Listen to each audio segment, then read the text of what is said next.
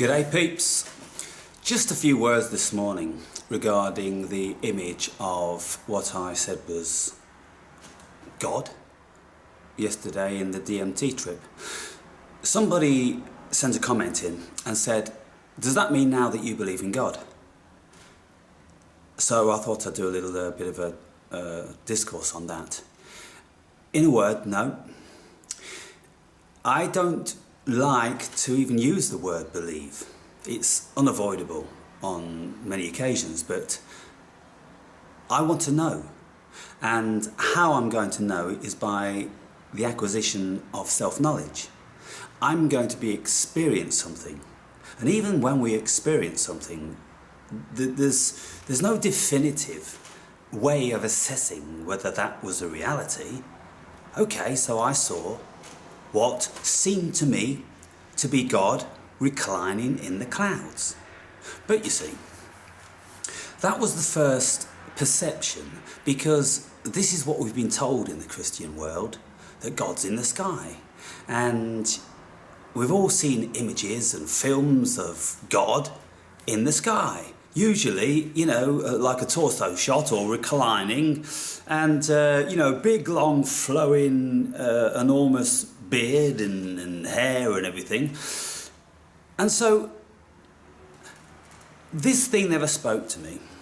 And nothing told me that I'm God, I created all this. No, I just looked up in the sky and went, holy fuck, must be God. But also could have been Socrates. Could have been Plato, could have been Santa Claus on his day off. It was the image made out of cloud, absolutely beautifully depicted. It's not like, it's kind of like, looks like God, or my imagination's getting carried away with me. Absolutely, it was a picture as if somebody painted it in white. And the face never changed. It was a pleasant aura, just gazing upon the world, not necessarily at me. I never felt that. And when I was distracted about other things, 5 minutes, 10 minutes later, looked back up in the sky, still there. The exact same thing. How does that work? I was listening to Joe Rogan and Duncan Trussell last night, and they were talking about DMT. And Duncan Trussell said, the weird thing about DMT, well, one of the myriad of weird things about DMT is when you see some crazy fucked up shit, and then you look away and you're distracted, and then you look back, it's still there. And so it tells you that it's a reality. And everything around, all the buildings, they were always there, they were always the same, this cartoon stuff, all the cliffs and everything were going like this, all the sand's going like this, the sky's all beautiful colours and everything. And so, like I say, it's like this world, only it as an overlay of a hologram of some sort. And I remember looking at that image I'm trying to feel something. I've heard about people saying that they feel great emotion whilst on DMT. The only emotion that I felt was astonishment. Almost painful, unbelievable, incredible astonishment. Which, if you was there for, say, like an hour, I could imagine that would be pretty draining. So, how has that trip moved me? Did it move me in a spiritual way? Not at all. Another one of my viewers said that DMT isn't an entheogen, and so therefore you can't really have any real mystical experiences on it due to the molecular structure of it. And he's wrote quite a long discourse on this, but he's the sort of guy that removes all of his comments within an hour or so I don't know whether it's going to be there. You know who I'm talking about. Leave them there, for goodness sake, for the benefit of mankind. So anyway, it was quite interesting, that comment. And so it hasn't given me anything spiritual. It's not made me feel any different about this world. It's allowed me to see that in certain conditions, you can see an overlay, a particular overlay. There's probably a gazillion overlays, but Guy saw the same thing. He was seeing all the same stuff. So it appears that with that amount of DMT, you go to that particular place. Maybe if I had, double or 3 times, then I would just go boof out into space, and I'd be in a completely different world. I don't know. Maybe I'll get to experience these sort of things, because I do intend to take more DMT. Not for a few days at least, until I've assimilated this one. But I look at this world now, and you just have to laugh. And all the buildings that I'm looking at out of my window, I'm just picturing them like this Lego stuff.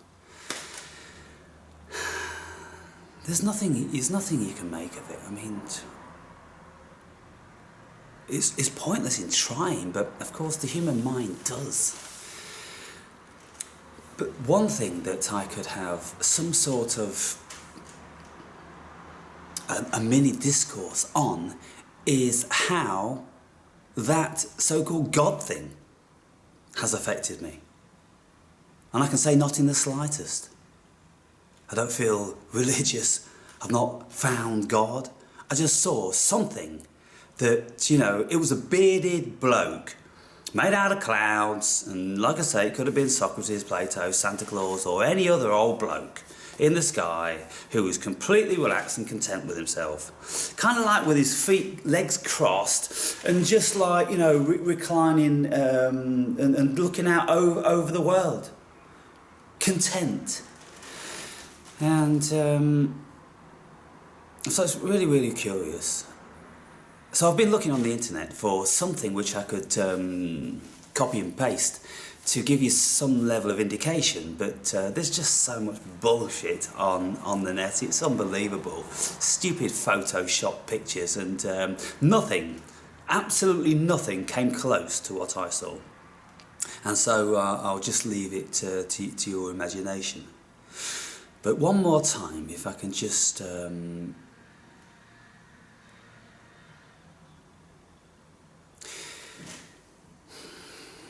it was quite a blue sky, as you saw, and the clouds, for the better part, were streaky and very thin, and this gave rise to the lines of magenta and green and yellows going through them like this. But there were a few fluffy, regular clouds, and this is where this this image was, and it stayed that position in the sky for this whole 20 minutes for the duration of the trip, and it never changed from my perception or recollection. Recollection? What the fuck? I think that's the word, isn't it? Recollection. Recollection. It should be a word. I'll have to write to the fucking people that compile dictionaries. So, okay, just to settle that one. I'm not going to be wearing a crucifix. I'm not going to be praying to Jesus. Whatever that thing was up in the cloud, it's got some sort of relationship to the Bible, evidently. This is the main thing I wanted to convey in this video, because where did that come from? God's in the sky. God's looking at you. You better do the shit he says. And his 10 commandments that he gave Moses. These people must have been doing DMT, and I've listened to many people speaking about the Bible in relation to psychedelics and entheogens, because there's so many things that can give us these incredible, bizarre experiences. And when you read the book of Revelation, you see that shit that's going on. This chariot flying through the sky, and it's got 7 heads and 12 horns and all this business. What is all that about? It can't be a literal thing. you look for the symbolism in it, and the symbolism doesn't even work. It can be interpreted in so many different ways. But just in some crazy, bizarre DMT experience, somebody's seen something that they couldn't quite work out, and they wrote it down the best they could, you see. This is where it all falls down. We can only do the best we can, and that is very, very limited and poor. And so whatever we see in the Bible, I'm reckoning that it's the best anybody could absolutely bring from any of their psychedelic trips. And so when we have this notion of this God up in the sky, I'm figuring, well, Guy saw it, I saw it, how many other millions of people have seen it? And so if people were seeing it 2,000 years ago, sure, there he is, that bearded bloke. He must have built all this. We can't do it, you know. So there you have it. Let's write some books about it. Problem solved. We know where it all came from now. I think that'll be it, fellas and gals. I don't know how much more inspiration I'm going to be having. It's kind of like, it's different to shrooms. Shrooms, they put you in touch with yourself in an earthly way, that all nature is you, and it's kind of like you're God because you think you've created it, or that's the sort of, did I create this? Am I this? Are you me? It's all this sort of thing in shrooms, and when you've had them, then you never forget that. And you look at a flower and a blade of grass and a tree and some bark on a tree and a leaf, and you've got so much affection for it. It really is a tremendous humanizing thing. Gets you involved with yourself and it. And Lord knows, I can't help speculate that this is why these fuckers banned this.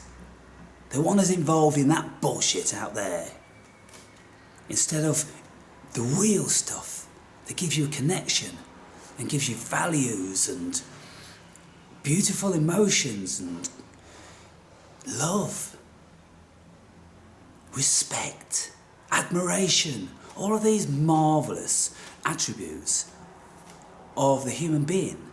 That's what it gives you. DMT, it just gave me an experience which is not going to enhance me as a human being. It's not going to enhance the way I look at the world. It's not going to enhance any love or empathy I've got for mankind. It was just a cartoon world with crazy shit going on.